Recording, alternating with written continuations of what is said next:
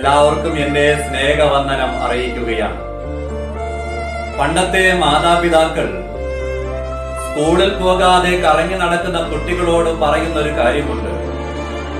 മക്കളെ, കറങ്ങി നടക്കാതെ സ്കൂളിൽ പോയി 10 അക്ഷരം പഠിക്കടാ എന്ന്. ഈ 10 അക്ഷരം എന്ന് പറയുന്നത് 2 വാക്കാണ്. വകതിരിവ്, തിരിച്ചറിവ്. ഈ 2 വാക്കിലെ അക്ഷരങ്ങൾ കൂട്ടി നോക്കിയാൽ 10 അക്ഷരമേ കാണുകയുള്ളൂ.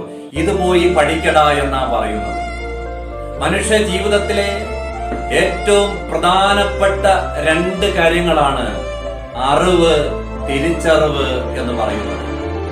പക്ഷേ ഇന്നത്തെ സമൂഹത്തിൽ കൂടുതൽ പേർക്കും അറിവുണ്ട്, പക്ഷേ നഷ്ടപ്പെട്ടിരിക്കുന്നത് തിരിച്ചറിവാണ്.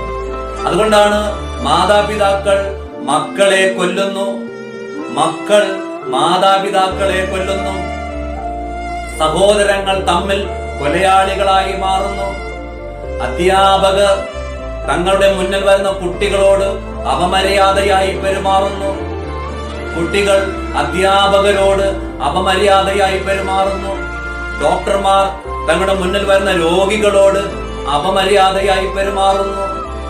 ഇവർക്കെല്ലാം അറിവുണ്ട്, പക്ഷേ നഷ്ടപ്പെട്ടിരിക്കുന്നത് തിരിച്ചറിവാണ്. ബൈബിളിൽ ഒരു വാക്യമുണ്ട്: മാനത്തോടിരിക്കുന്ന മനുഷ്യൻ വിവേകഹീനനായാൽ നശിച്ചു പോകുന്ന മൃഗത്തിന് തുല്യം.